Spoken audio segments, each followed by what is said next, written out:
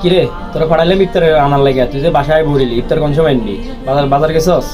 তুমি 500 টাকা দিছো আমারে কলা আনার লাগে, তারপরে আপেল আনার লাগে, আবার বলছো যে লেবু আনার লাগে। আমি লেবুর বাজারে যাই দেখি যে তোমার 500 টাকা ওইখানে খাবার হয়ে যায়। পরে যে তুমি আনলে আমার সবসময় আমি তোমার টাকা ধান্দা করি, আমার দরকার নাই, তোমার বাজার তুমি যাই আনো গা।